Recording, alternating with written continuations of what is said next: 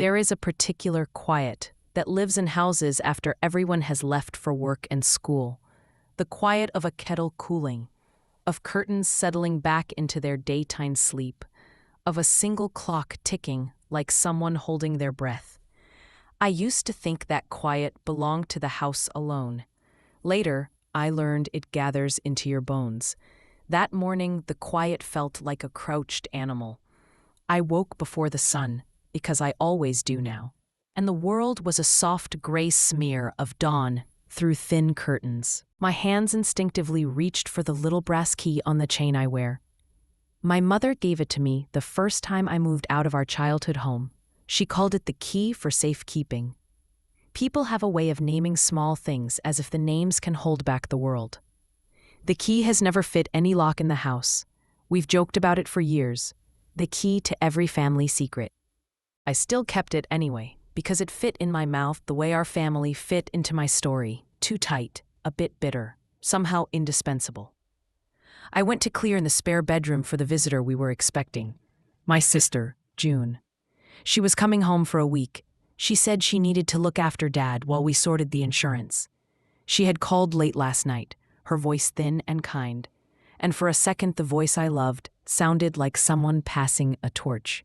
She spoke about meals she'd cook, about sitting with Dad while he slept. We said the soft remedial things families say. See you soon, travel safe, bring your smile.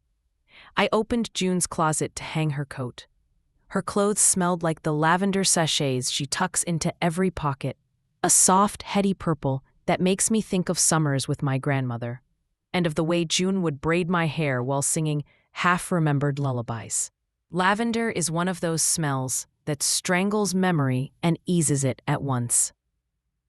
There, between a stack of folded sweaters and a shoebox of ticket stubs she hoards, something caught the light.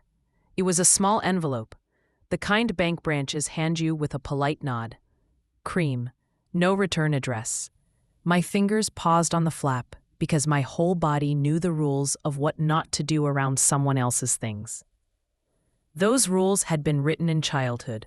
Knock, ask, respect. I have always been a good reader of these rules.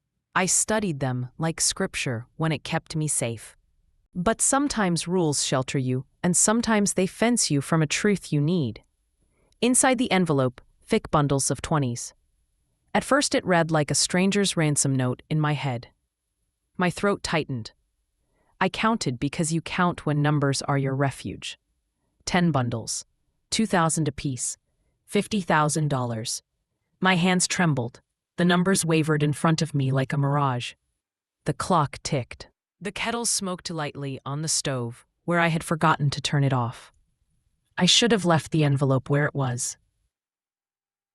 I should have closed the closet softly and waited for June to arrive at noon with her cheery stories. But the hush in the house had a weight. And when weight presses long enough, we move like trapped animals. I took one bill out and smoothed it with the back of my hand. The paper smelled faintly of coffee. My own mind went ahead of me and began to draw curtains of cheap possibilities. Loans, gifts, winnings, hidden inheritance, stolen money, payoffs. Each scenario unrolled like a film in my head, and each ended in the same place. Grief. Because in our family, money has always been the quiet undercurrent beneath other things.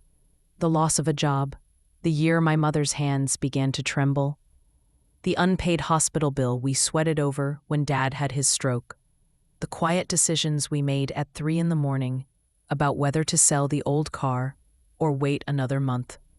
Money in our house was never a currency of comfort. It was a ledger of survival.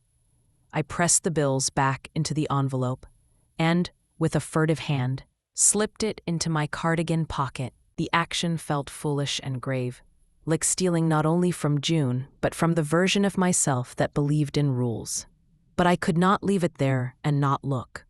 Doing nothing was a shape of betrayal that wrapped itself around me in colder ways than any theft. When June arrived later, she hugged me like she always did. Like there was a cliff edge between us, then she wanted to push me away from the fall. Her hair smelled of rain and something citrusy. Her voice carried that quick, nervous laugh she uses to smooth over awkward silences. We made tea. We sat at the kitchen table and talked about Dad, about the doctor's last call, about the little things that sound monumental when you are trying to gather a life. She did not mention the envelope. I carried the envelope like a stone balled up inside my cardigan. I could feel it against my ribs when I laughed. When she reached to stir her tea, I almost dropped it to the floor, like a confession. Instead, I folded my hands and spoke as if my voice had lost weight. Later, as dusk melted the sky into bruise, June found me in the hallway, holding the small brass key. She looked at it the way you look at a relic from a shared childhood, amused, half affectionate, half wariness. "Where did you get that?" she asked. "Mom left it to me." I lied. My mouth was cowardly. I am still ashamed of that sentence. It was the first small lie in a long line of them that would fold our lives into something stricter. She smiled the smile she always saved for me when she wanted me to drop my guard. "Good, you keep it safe." Then she went to the bedroom to change, humming the lullaby from our grandmother. That night, the house smelled of lavender and boiled potatoes. There was a softness in the way June sat on the living room sofa, the kind that used to lull me in childhood evenings when our mother read aloud from the paper. I watched her thumb an old photograph, the same one that lived in my wallet, the one where we are 9 and muddy, hugging Dad under a storm cloud. I reached for it in the same motion she did, our fingers brushed. For a sliver of a second we were children again, invulnerable, small, certain. Then she folded the photo and placed it carefully into her pocket. She laughed at something on TV, and the sound broke like glass. The envelope in my cardigan felt heavier. I would tell you the rational chain of choices that followed, what I said and what I withheld, which doors I knocked on and which I forced open. But stories do not obey the neat logic of evidence. They are messy, full of rooms you cannot go back into. The rest of that week felt like a film run backward and forward at once. Moments replayed, rewound, stopped on one frame where my face was particularly blank and terrified. June's presence was a balm and a grenade. She cooked. She brushed Dad's white hair and folded his shirts in the way only a daughter can. She spoke to him in a quiet code, the language of people who have loved a man for 40 years and know how to slide their hands under his ribs without waking the parts of him that had become thin as paper. We were a family again, in a way I had not dared hope, and all the while, the envelope rested like a secret inside me. On the 4th day, June left for an errand and forgot to lock the bedroom door. The house held its breath, and the key on my chest suddenly felt an ache like hunger. I went to the closet, because I am a coward who craves truth in the hardest way. I stood with my hand on the door, and the world rearranged itself for a single, terrible second. The key in my palm felt like the only honest thing I had left. I opened the closet. The envelope was where I had left it. I closed my eyes, and the clock's tick sounded like a countdown I had not agreed to. I slid the money back into the envelope and left it on the top shelf, like a thing I had promised. Then I did something worse. I took the small brass key from my neck and shoved it into my pocket. I do not remember when I decided to open the can of worms that would swallow us. I only remember the way the house seemed to lean closer, and how, in the middle of that leaning, I understood that sometimes truth is a weight you can't set down without someone else's hands on the scale. We were children in the photograph, June with her gap-toothed grin, and me with my hair too short by someone's bad scissors. Dad's arm was around both of us. The wind had caught June's dress and made the moment look like a movie still. That image has lived in my wallet, and the mantelpiece, and at times in the pockets of my jacket. It is one of those things families use to prove continuity to themselves. Put the photograph in a room, and the room becomes less alone. Dad's hands were weathered, full of the maps of the work he had done with them. He worked with his hands until they refused. And then he worked with memory, until the memory retreated. he had been a vessel of small magic. He could fix a leaking tap with a paperclip, or find your lost earring beneath a couch cushion without even looking. Losing him small pieces at a time was like watching a house gently, persistently lose bricks. June and I had always been our own small country of rules.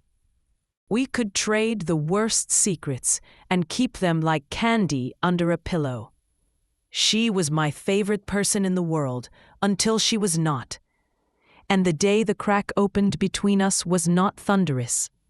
Betrayal rarely announces itself with trumpets. It arrives as a smell, as a dryness in the throat. We grew up in a house with a low roof and lower budgets. There was never a lot of money, and everything that was bought was measured against necessity with an almost religious piety.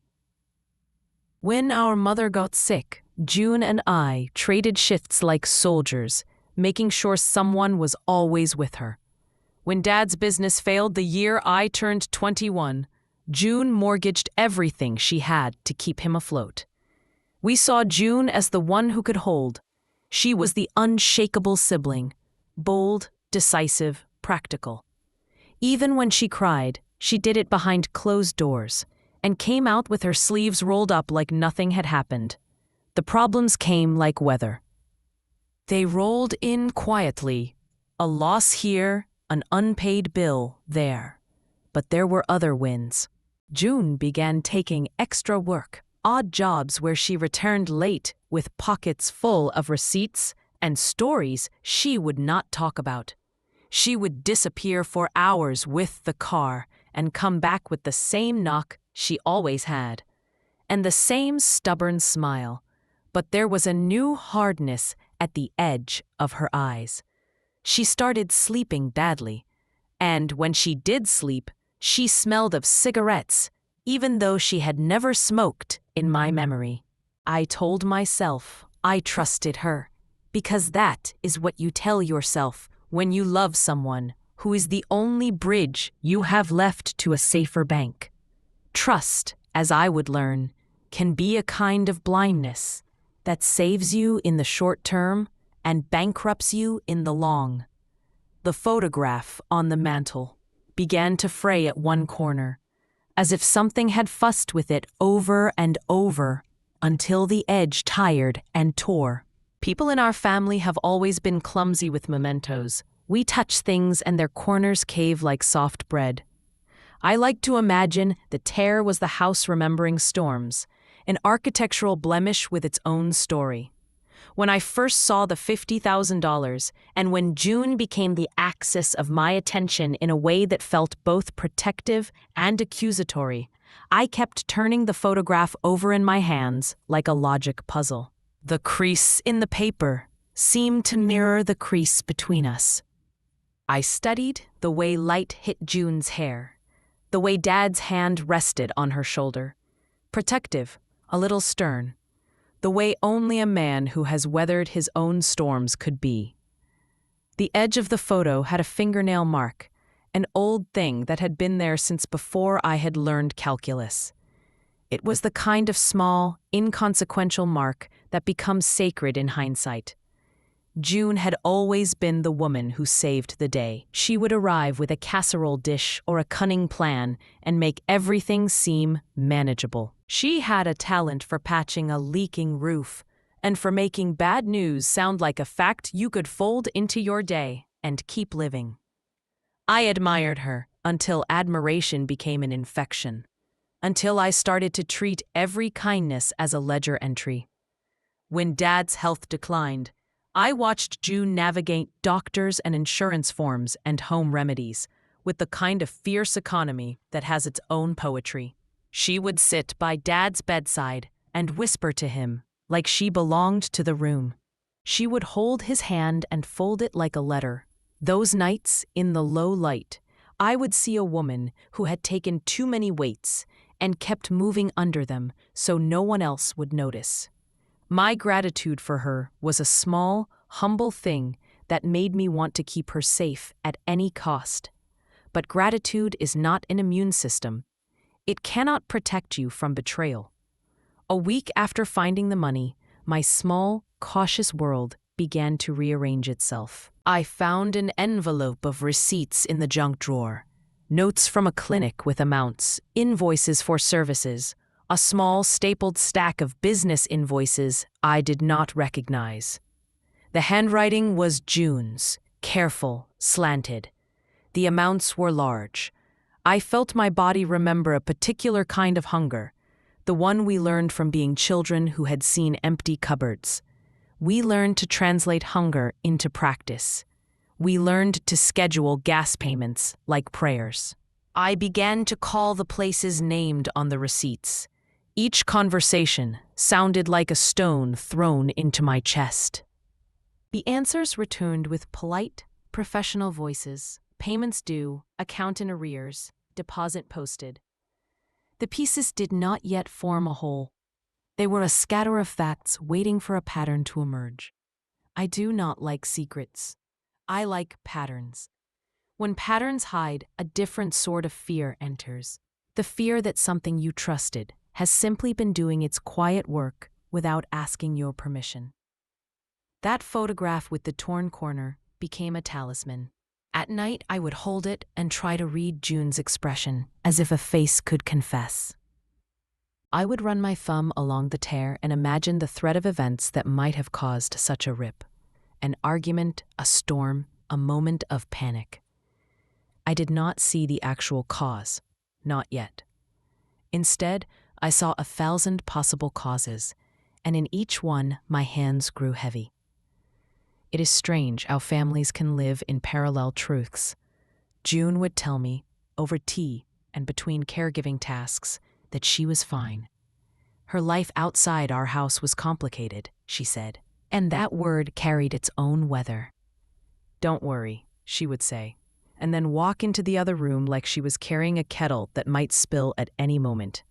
When I pressed, she smiled, shrugged, and blamed the exhaustion on keeping 2 jobs and long hours. She started to borrow my car more frequently. She stopped telling me where she'd been. She had always been free in the way that made me both proud and a little jealous. Freedom is a double-edged thing in a family like ours, a blessing and a risk. One evening, she came back late with a movie ticket stub and a bottle of cough syrup. She claimed it was for a friend. I believed her because I wanted to. Belief is an armor you trade for the cost of blindness. Then there was the night I listened to a voicemail on her phone by accident, the kind of accident that changes you. A number left a terse message. Payment received. Next installment due on the 15th. It was a voice that belonged to someone who made arrangements. It had no warmth. Each night, the house's clock ticked like a metronome counting down to something inevitable. We tell ourselves that truth will land, like a thunderclap, and everyone will know how to react. That truth is more often like a slow leak that destroys walls from the inside out. The $50,000 in the closet and the receipts in the drawer were small leaks that together would flood our rooms. The week rolled on like a train I could not step off. It's remarkable how quickly the mind settles into detective work when it needs to. You begin to notice the trivial things: a parking ticket on the dashboard, a lipstick stain on a napkin, the way a particular pair of shoes is always at the side of the bed.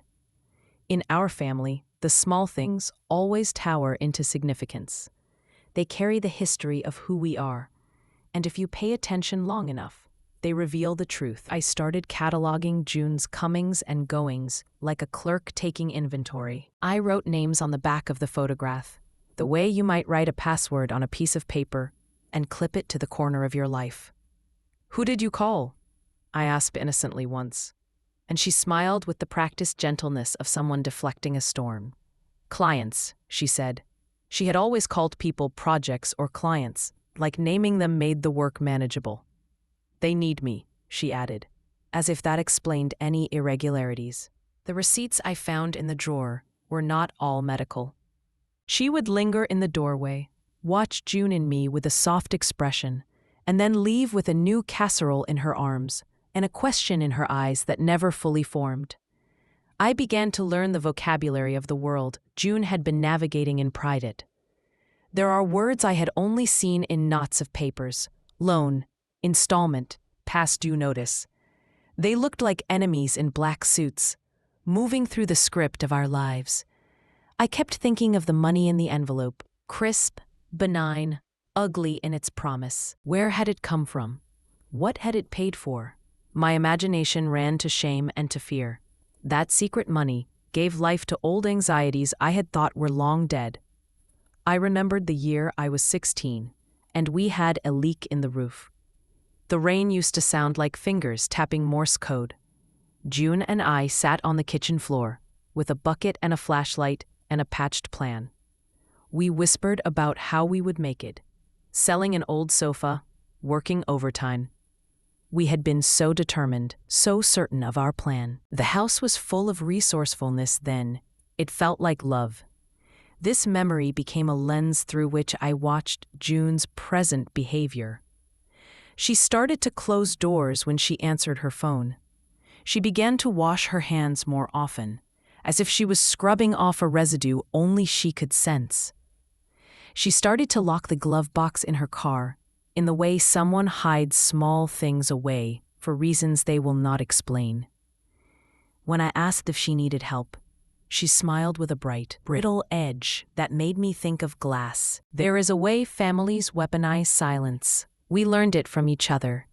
We use it to avoid ugly conversations, to preserve fragile dignity. But silence is also a thief that comes with a velvet glove. When secrets gather, silence becomes accomplice.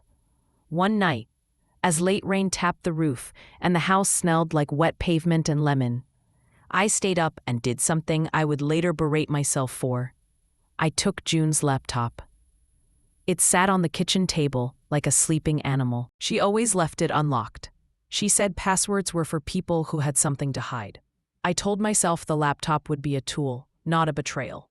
The first thing I found was a folder named Payments.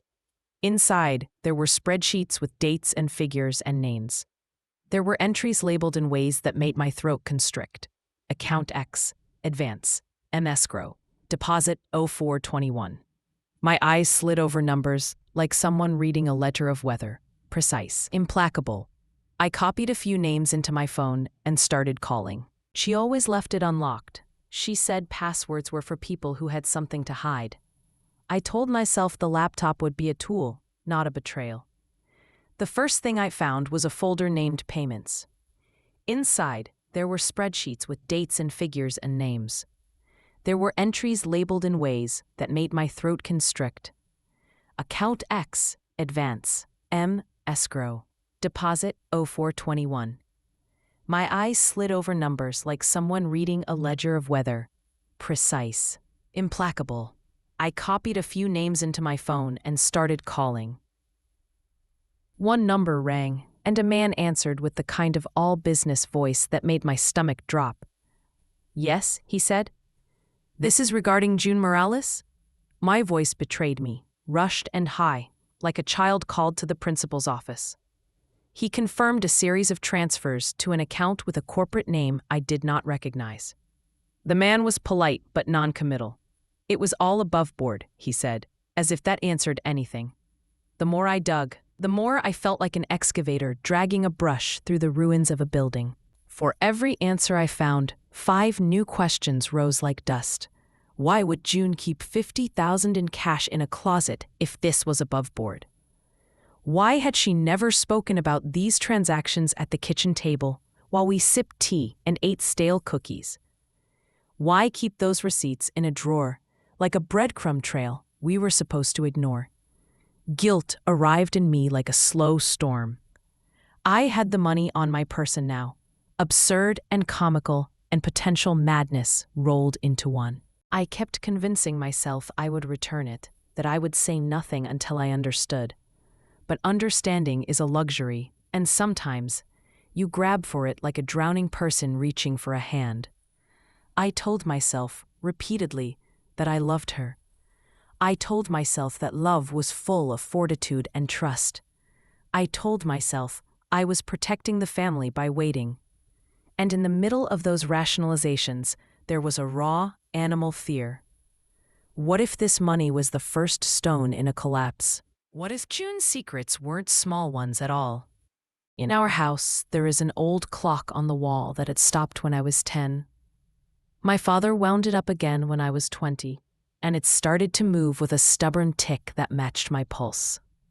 That clock began to mock me that week.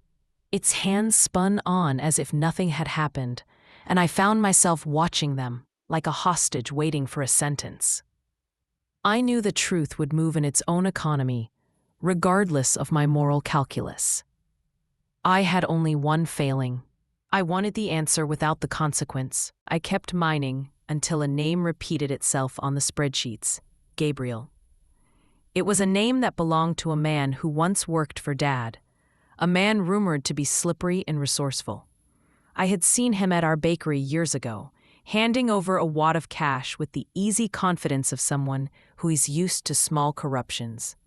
When I thought of Gabriel, the inventory of my fears found a focal point. He was the kind of person who could make money go where morticians make other things go, quietly and without fuss. If there is ever a moment when you must decide whether to act on suspicion or to hold your tongue, you discover how much of yourself is bravery and how much is cowardice. I did the cowardly thing and kept digging. I told myself I was protecting June. I told myself I would do nothing until I had proof. But proof becomes a landscape once you start collecting it, and I had already built a map. Confrontations in life are rarely dramatic the way films promise. They are shaky, domestic things. A phone slammed down, a dish left unwashed. A voice that creaks under the weight of too much feeling. The one I had with June was a backyard affair on a cold afternoon. The kind of cold that slips through knitted scarves and leaves her cheeks flushed in an honest way. The sky was a hard, indifferent blue. We had just come from Dad's room. He had been lucid that afternoon, a small miracle that left the whole house vibrating with a fragile hope. We sat at the wobbly kitchen table, and June told a story about a nurse who left her a lemon bar on the windowsill. For a little while, the house recovered its breath. Then I asked her a question I had rehearsed and avoided like a thorn I did not want to pull. June. I said her name like a prayer. She looked up with that look she reserves for my earnestness, half entertained, half exasperated. "What's with the money?" I blurted. It came out sounding accusatory, which is criminal because the truth is always softer than accusation. Her face went still, and I saw with the sudden, painful clarity of a camera flash every hard night she had weathered. For a heartbeat, she was the woman I had always admired. Capable, tired, less than human and more than human simultaneously. She took a breath like someone who had been holding it for too long. "Maybe you should sit down," she said.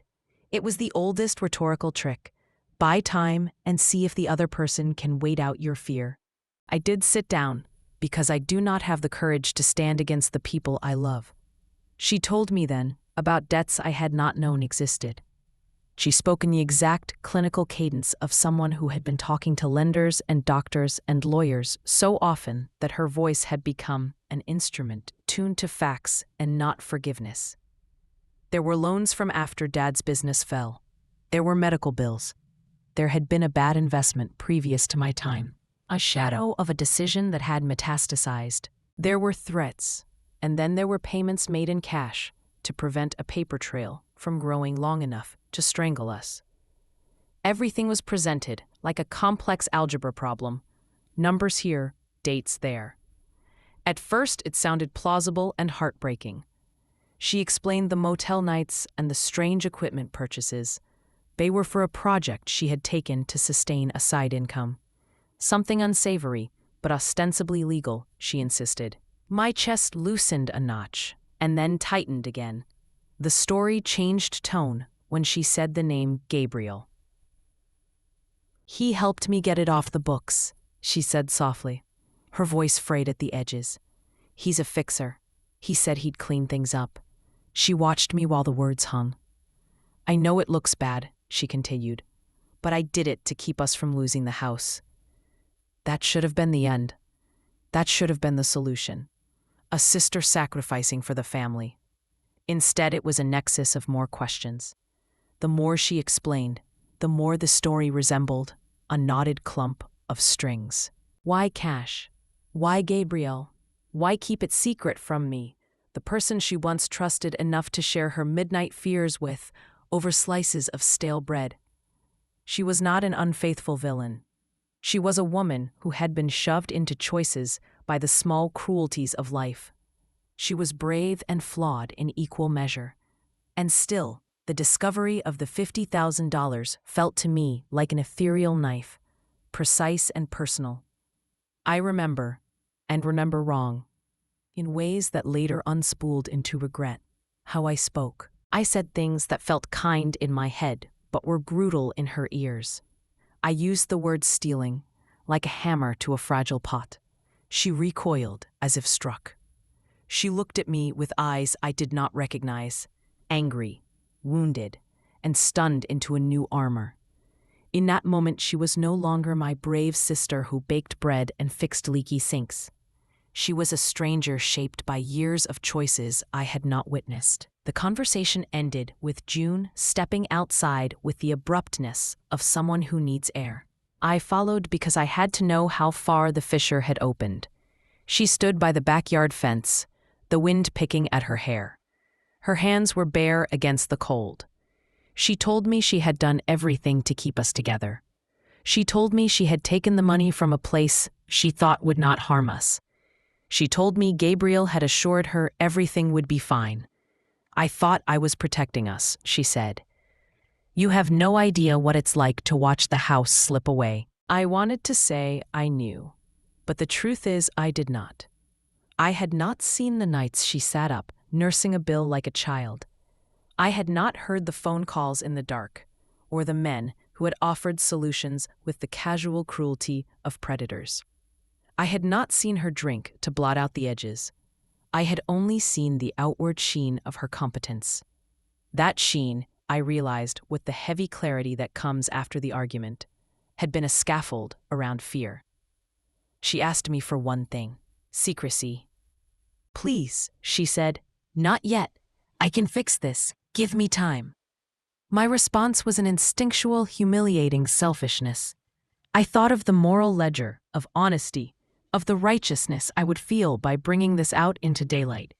I told her no. That word, no, was the fulcrum that shifted our world. I told her I would have to talk to Dad, to our mother, to someone. I told her the truth could not stay in the shadows. She looked like a woman who had been hit by a wave. She laughed then, a short, bitter sound. She told me to do what I wanted. She walked away. The house seemed to close down like a mouth. The clock on the wall kept moving as if nothing had happened. We ate that night like people who had endured a small ritual of violence. Dad slept through the argument as if the news had not yet reached his rooms. June curled onto the couch and pretended to watch TV. I went to bed, and my pillow absorbed the heat of a shame that felt like someone else's sins were now mine. The next morning, she was gone by dawn, but not for the reason she had given me. A note, short, professional, poignant, lay on the kitchen counter. She had left to handle it, it said. She would be back when she could. My throat closed around a dry, empty globe. I kept imagining her driving away, a small figure swallowed by tracks of rain. The first fissure had become a canyon. I had no idea then that the canyon would widen, and that the thing I had chosen, disclosure, would be an action that calved our small island into separate continents. When people say families are resilient, they often mean the household can endure tragedy without collapsing into ruin. They do not always mean families can endure the aftermath of truth, the way it rearranges alliances and drafts new maps of loyalty.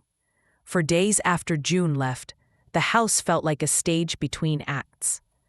The scenery was all the same, but the actors had shifted their cues. Dad began to nap more.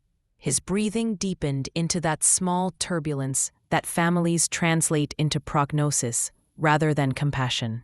He ate less, and when he did eat, he chewed slowly like a man measuring each moment. I found myself watching him with the kind of attention that seeks meaning in the smallest motions.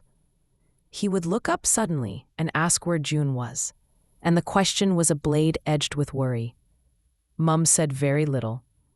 She has always been the kind of person who turns feeling into housekeeping. She ironed shirts until her fingers were white and neat. She spoke at one moment of things getting fixed and then spent another day arranging the spices on their rack until they felt right. I learned that adults use domestic rituals as a way to stay afloat when the sea gets rough. Neighbors came and went with their cautious condolences. The outside world knew something was wrong in the thin way neighbors know. Not the specifics, but the general drift of distress. People offered casseroles and short, practical help, an offer to pick up groceries, a sympathetic nod. These external attempts at help came like small lights through a smoke. They warmed, but did not clarify. Telephone calls came at odd intervals, a line from a bank, a voice from a lawyer's office. The world I had been trying to ignore was closing in. Someone had clearly informed the accounts. This was the first blade. There were notices pinned to the mailbox, like tiny flags of accusation. The bakery's ledger had a new red mark. Unknown callers left terse messages. The house felt under siege, and not one of our defenses had been arranged. When June did come back, it was not triumphant. She arrived with her hair plastered to her forehead from rain, her eyes hollowed like someone who had been digging for hours underground. She told us she had spoken with her lawyer and with the financial people. She had done her best, she said, and then the sentence collapsed on itself. We argued. Arguments in families are like weather systems, local, terrifying, precise. We blamed and counter-blamed, and the past sprouted like a fungus in a damp corner. Old grievances. Who had left the light on in the attic? Who had taken the last of the jam without asking? Came back with disproportionate venom. June's deeds were refracted through years of little cruelties, until they multiplied like shards. There was talk of police. Dad sat very still while the word hovered. He had always been a man who prized obituary-ready dignity, neat shirts, clean hands. A modest pride. The idea of law enforcement in our living room felt like sacrilege to him. I watched his face, how it softened and then closed like a book. The choices we make look different to the people who love us, either as necessary salvation or as unforgivable sin. The bakery struggled. The suppliers called for payments, and we could not find the rhythm of confidence we once had. Orders were delayed. Our best client, a caterer who loved our almond tarts, chose to go elsewhere rather than be involved in a family scandal. It was a small thing that had devastating echoes. The business we had spun from flour and stubbornness became an index of our meltdown. At night, I lay awake and listened to the house settle into a new silence. June's footsteps no longer matched the warmth she once brought. We stopped talking like sisters. Our sentences became economic transactions, informative, short, rarely kind. I began to feel like an economist in my own life, calculating loss and return. There was a particular moment I remember like a photograph. June in the doorway, holding a thick stack of papers that had been delivered to our mailbox. They were summonses, notices, and polite but formal letters from people who had no idea about the tenderness that once lived in our kitchen. One notice, from a creditor, carried a tone I could not shake. Efficient, unrepentant, like an unexpected winter. "You had to tell them?" she whispered when she saw my face. The word told an entire novel of resentment. "You said you would be on my side." "I thought the family," I began, and then I stopped, because the sentence felt false. Family, as it turned out, was not a single idea, but many. Loyalty, justice, Retirement planning. Shame. She would stare at the photograph with the torn corner and trace the edge with a finger, as if it was an involved text she could slowly decode. Dad stopped making small jokes that whisked a float around the kitchen like smoke. Instead, he left a polite, ghostly civility that made me ache. One night, after too many empty evenings and too many phone calls, June walked out of the house with a small suitcase and did not return for 3 days. She called from a payphone. I could hear the city behind her like a chorus. Horns, muffled voices, the rhythm of life carried on. "I am fixing it," she told me, and in that voice there was something hardened, like someone who has stripped themselves of softness to become a tool. When she came back, she was different in ways I could not account for in simple sentences. Her smile had narrowed into something efficient. She had acquired a new set of friends who moved in certain circles and spoke certain languages: financial, legal, abrupt. She began to visit the bakery less often. When she did come, she lingered barely long enough to throw a nod and leave. The house was a house again in shape, but not in spirit. Food was cooked, dishes were done, laundry folded. But the emotional architecture had a new blueprint. The love that had hung in the rafters was now dotted with holes like a net someone had tried to fix with thread and failed. In the weeks that followed, we attended meetings with lawyers and fielded calls from men in suits whose accents slipped into blanks on our map. There were nights when my head throbbed with something I could not name. Shame, perhaps, or the heavy ache of disappointment. My life became an inventory of small sorrows. We lost clients. We lost evenings of quiet laughter. We lost, in subtle ways, the easy intimacy that had once been our currency. And yet, in the caverns beneath it of conflicts, something urgent began to stir. When the house was finally quiet and the clock sang its small, accusing tick, I found myself walking into June's room and waiting at the closet door.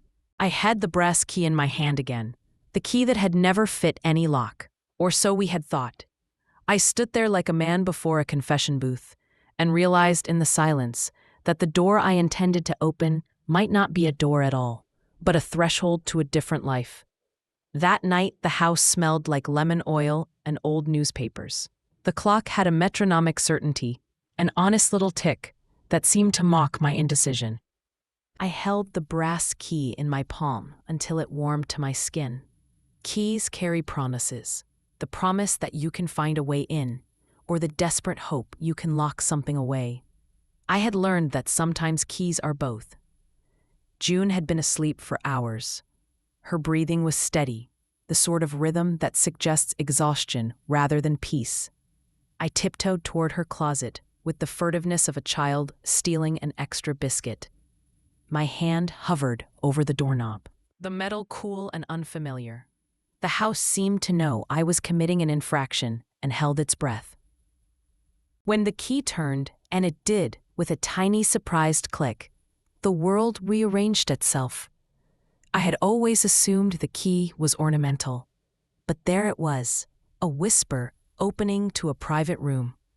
Shelves lined the closet, and on them, objects like a secret life rendered in 3 dimensions.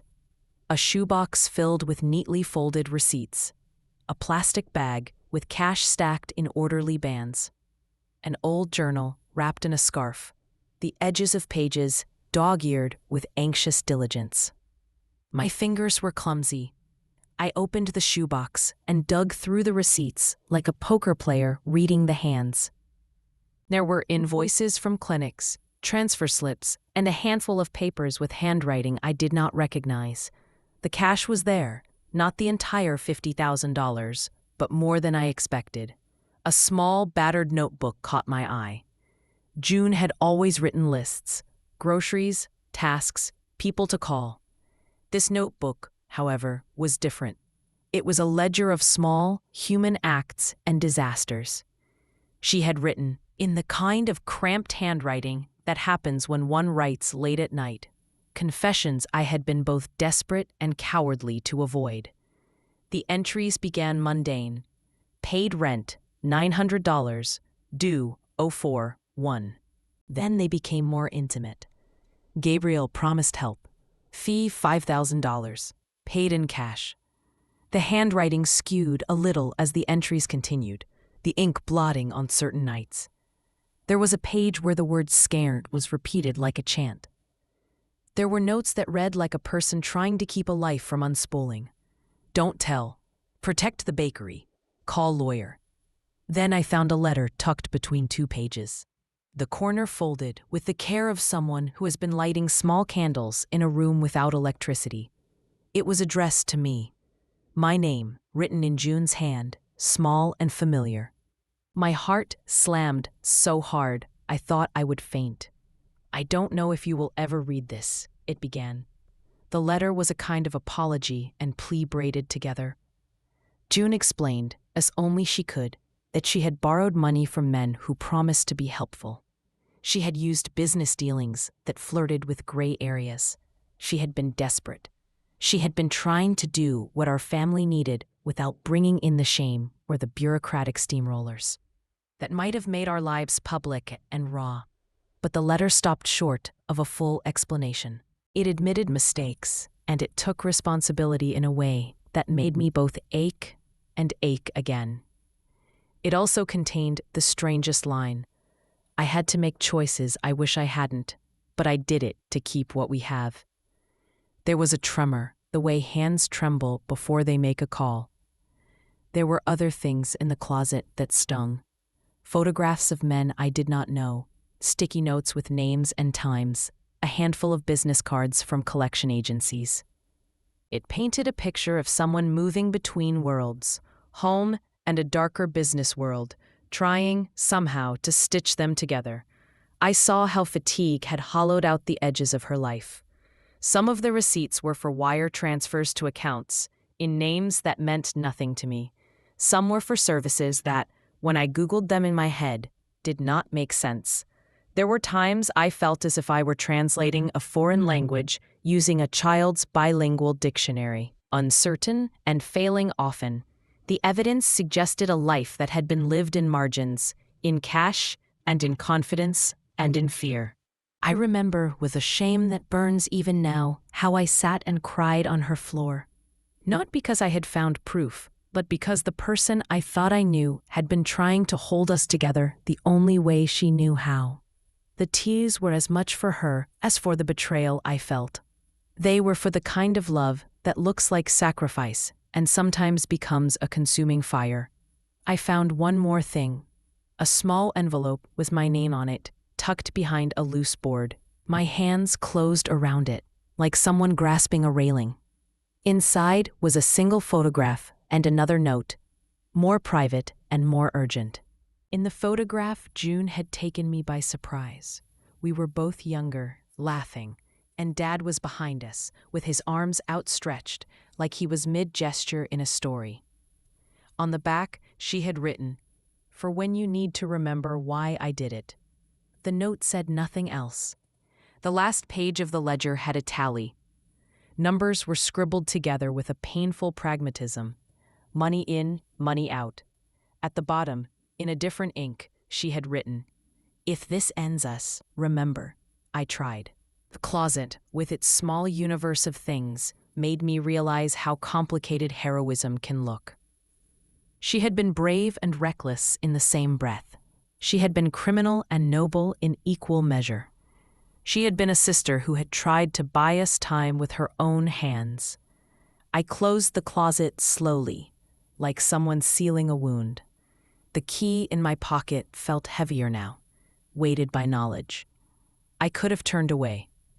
I could have left her life intact and let the house burn slowly of its own accord. But secrets, once known, crave oxygen. They will find their way into conversations and into the teeth of the people around you. I spent the night in a state between moral fury and compassion.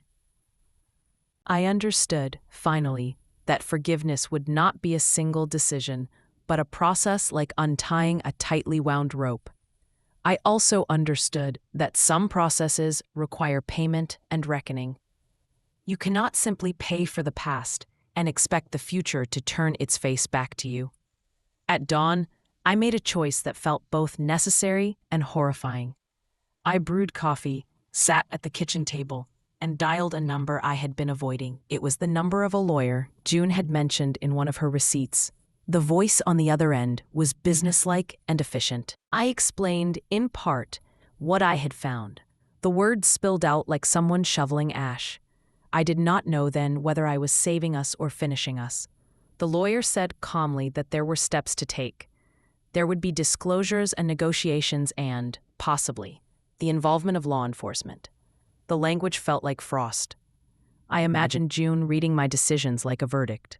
I imagined the look on her face when she learned that I, the sister she trusted the most, had opened her closet and dialed a legal phone number.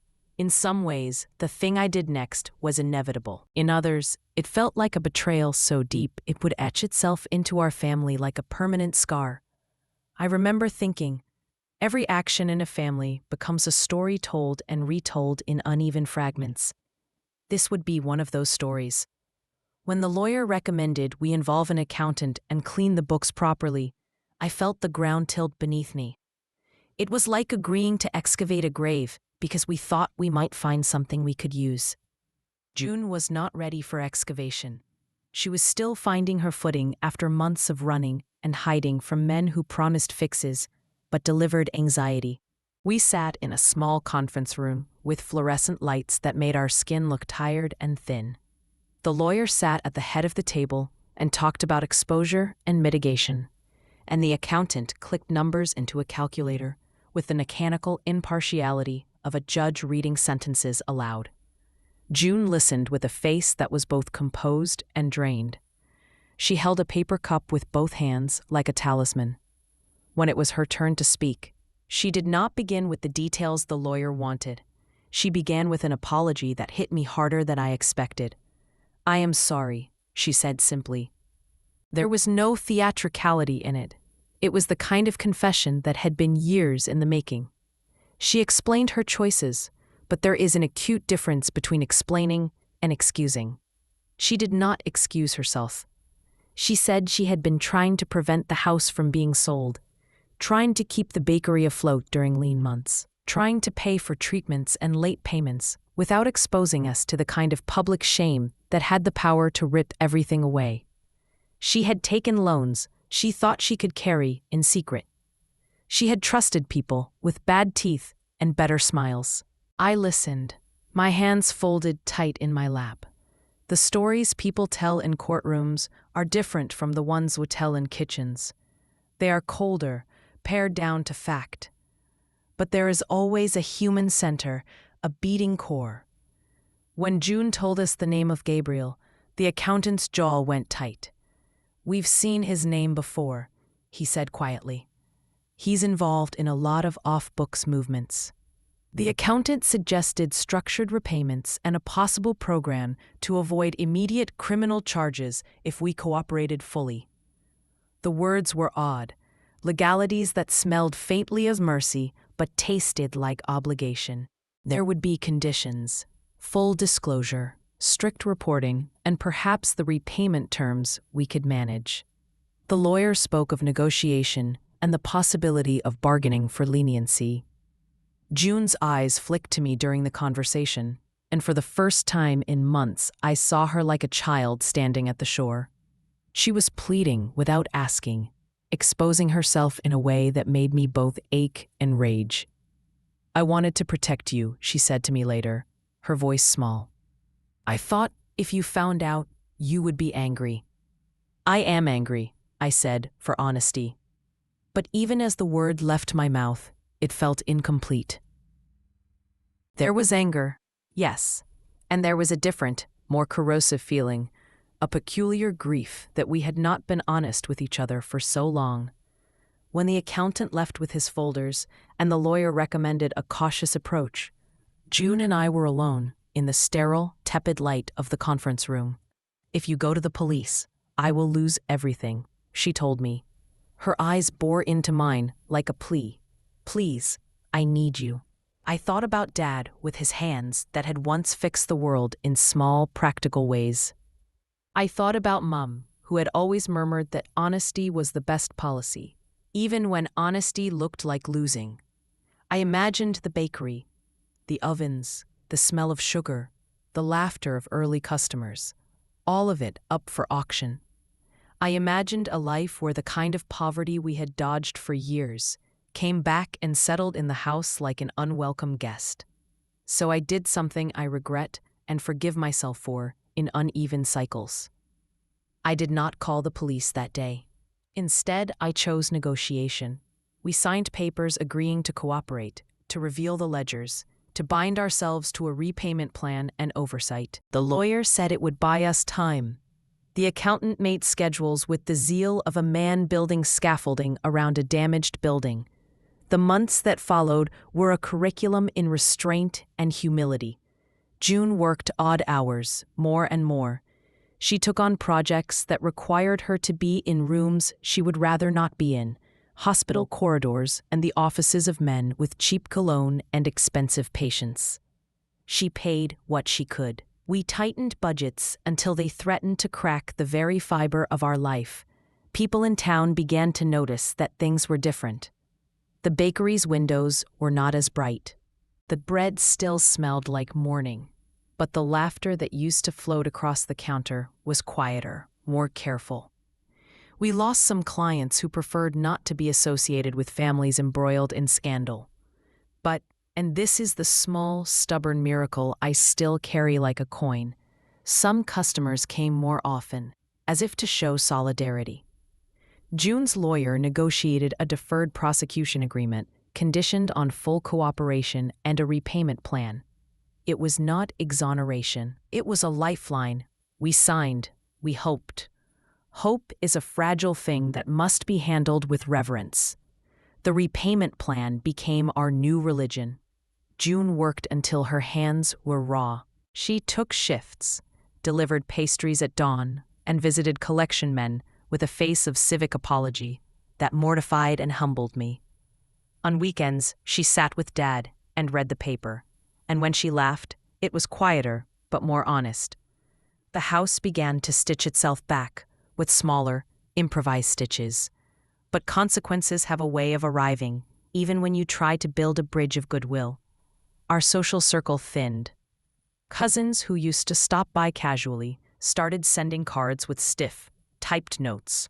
Old friends sent texts with the kind of thin concern that is sometimes worse than silence.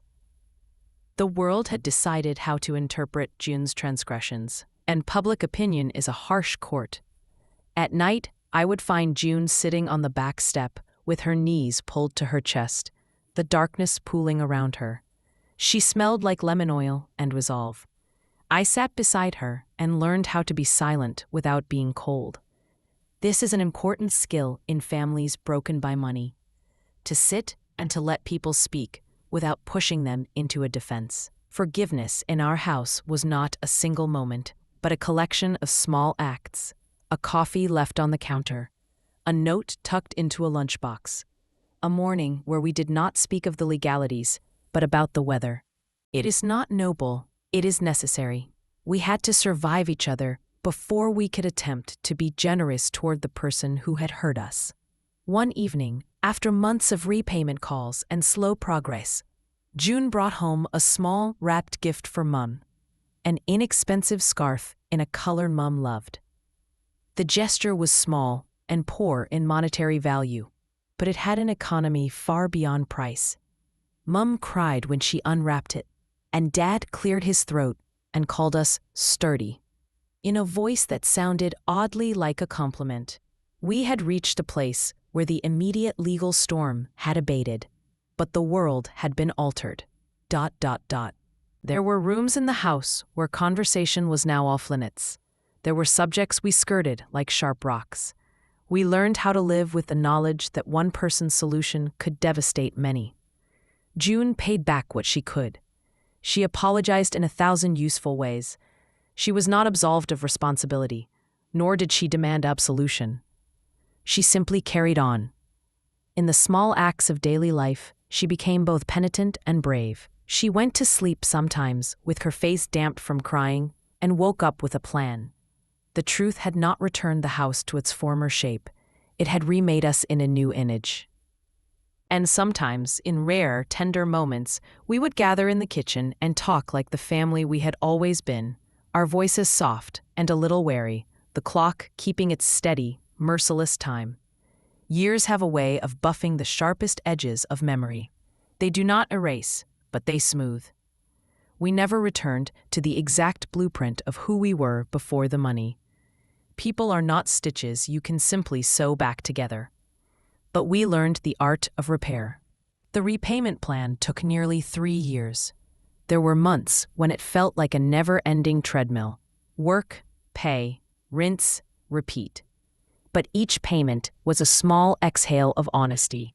June worked like someone determined to earn back dignity, as if dignity is coinable. She began to teach classes at the community center, sharing techniques she had learned with people who could not afford professional courses. The classes brought in steady income and a kind of respect that was not easily quantified. Our bakery started to find its feet again. It was not the same as the halcyon days of our youth. It was quieter, more deliberate. The new regulars we gained were people who had watched us through the storm and decided to stay.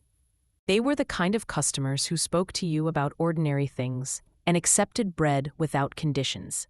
It was a modest reconstruction of life, but it felt honest. June and I developed a new language. We did not always know when to say the hard things. Sometimes we held our tongues out of fear. But the silences between us began to be less like trenches and more like pauses in a conversation. We started to talk about Dad without the sharpness that had sliced us apart. We forgave, not all at once, not completely, and not in ways that absolved June of the harm she had done. Forgiveness in our case was incremental, like the paying down of a debt. There were moments of grace that I still return to, like favorite poems. Once, on a bright spring morning, June left a single croissant on the counter with a note. For you. Love, Jay. It was not a grand gesture. It did not heal everything. But the croissant tasted like a small promise kept. I ate it slowly and thought about how fragile redemption can be. Dad passed 3 years after the discovery. His funeral was small and honest, with people who had known both the sweetness and the bitterness of our household. June stood by the casket and held my hand. There was no need for grand pronouncements. The fact of her presence said more than language could. She had been punished enough by her own conscience and the legalities of her actions. She had paid a different kind of debt, the slow, internal work of making things right. At the reading after the service, people told small stories. A neighbor recounted the time when June had walked someone home in a storm. A former customer mentioned how she had given credit to a young mother in a pinch. Little acts that had been drowned in the louder narratives of scandal surfaced now like pearls. Life is messy like that. Reputation is a fragile thing, and time has a way of redistributing weight. We kept the photograph with the torn corner on the mantel. It is worn and softened in the places where fingers have touched it. Sometimes I trace the tear and think of all the hands that have tried to stitch a family back together. The brass key hangs on a nail behind the photograph. I have never used it since that night. It lives there as a symbol, a reminder that some doors, once opened, change the shape of things forever. People often ask me if I regret opening the closet. There is no simple answer. If I had not opened it, maybe none of the ensuing damage would have come to pass. We might have drifted further into quiet desperation until something worse had occurred. Or perhaps a slow, messy catastrophe would have unfolded and swallowed us whole. Opening that closet felt like a moral imperative at the moment, and yet it brought suffering that could not have been anticipated. What I do know is this: truth has consequences, and sometimes those consequences are the price of survival. June made choices that were both criminal and humane. She saved things and endangered others. She was not a hero in the ways we read of in novels, nor was she purely a villain. She was like the rest of us, a human being trying to navigate a life full of imperfect options. When people ask how we survived, I tell them the truth simply, with stubbornness, with the kindness of strangers, and with a fierce, mundane persistence. We forgave in stages, and forgiveness never arrived as a blinding light, but as the small returns of trust. A phone call answered, a recipe shared, a quiet cup of tea together. I have learned that family is not a static definition. It is not only about blood and shared pasts. It is about the willingness to keep trying, even when the pattern seems irreparable. We rebuilt on a foundation that is different now. More cautious, perhaps, but honest. We have scars that show when the light hits them, and that is all right. Scars are reminders that we have endured. Once, when June and I were closing the bakery together, she took my hand between hers and squeezed. It was a small, unadorned gesture. We did not speak. There was no need. The clock on the wall ticked as it always had, a sound that had become part of our family's rhythm. I looked at the photograph, with the torn corner, and smiled, an ugly, imperfect smile that is mine. There is no tidy moral to tell you. Life rarely offers one. But if you listen closely, you will hear the small truths. Money can reveal character in alarming ways. Secrets can dismantle and, strangely, sometimes rebuild. And people, flawed and fumbling, can, with time and work, come back toward each other. We are not healed entirely. Perhaps we never will be. But we are here. June pays her debts. We bake bread, and the house smells of lemon oil and yeast. Sometimes forgiveness is simply returning to the table. If you enjoyed the video, please leave a like and subscribe to our channel for more stories like this. Thanks for watching.